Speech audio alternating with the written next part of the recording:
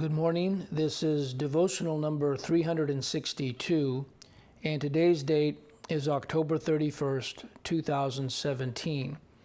This week we're taking a look at Psalm 125. I'll go ahead and read that. A song of degrees. They that trust in Jehovah shall be as Mount Zion, which cannot be removed, but abideth forever. As the mountains are round about Jerusalem, so Jehovah is round about his people, from henceforth even forever. For the rod of the wicked shall not rest upon the lot of the righteous, lest the righteous put forth their hands unto iniquity.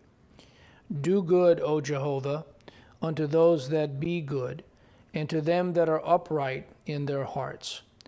As for such as turn aside unto their crooked ways, Jehovah shall lead them forth with the workers of iniquity. But peace shall be upon Israel.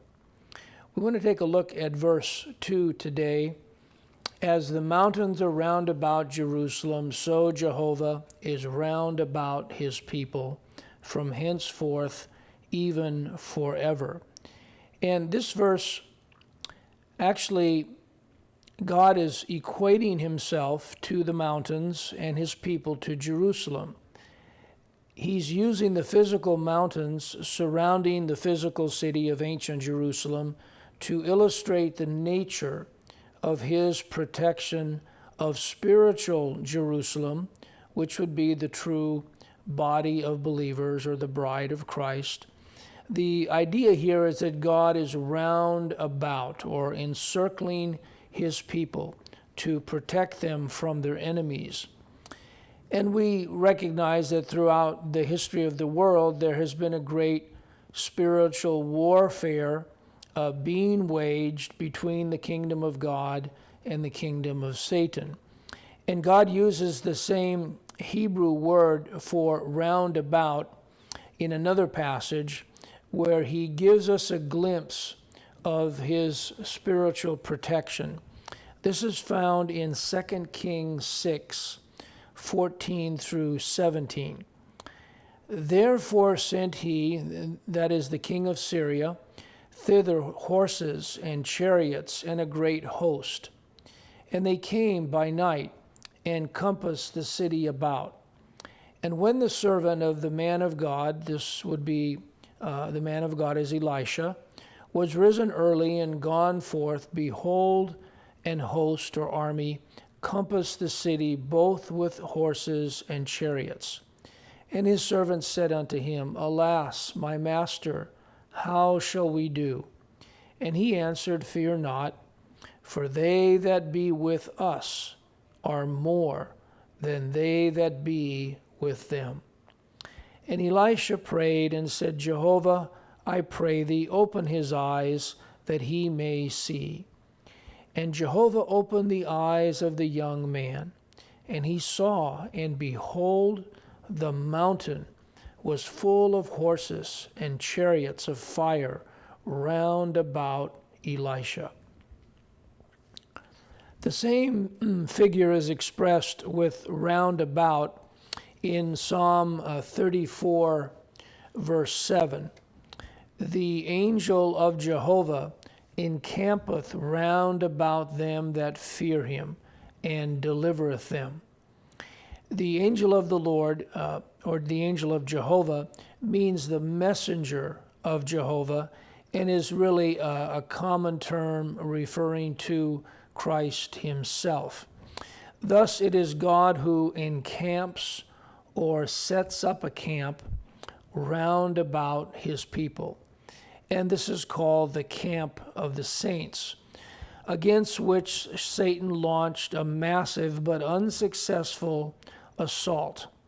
At the time of the end, as we read about in Revelation 20, 7 through 10, prior to his defeat on May 21, 2011.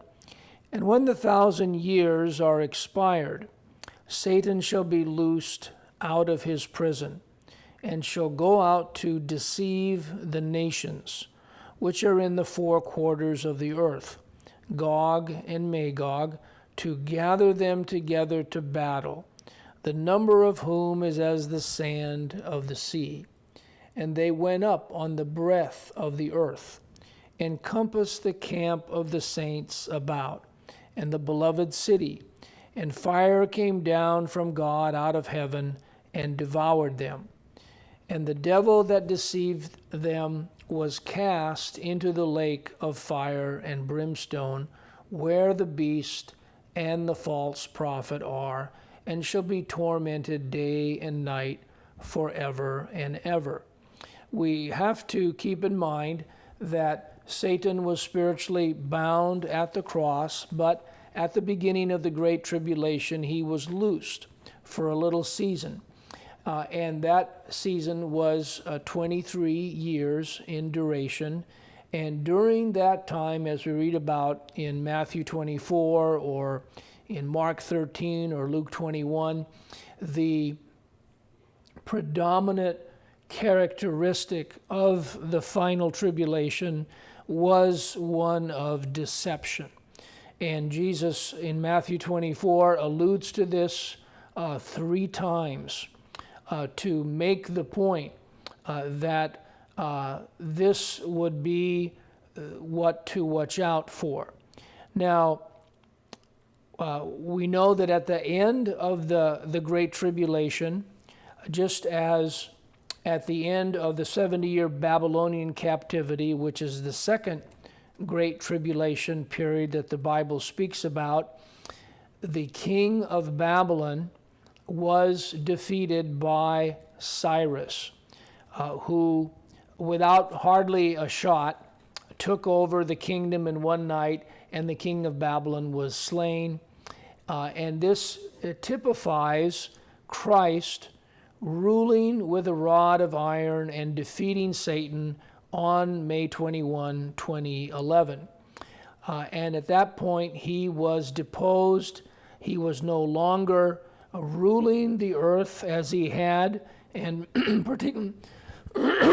excuse me, and particularly in the churches and denominations, as we read in 2 Thessalonians 2, 3-4, he was the man of sin that took his seat in the temple, showing, showing himself to be God. Excuse me a second, let me get some water.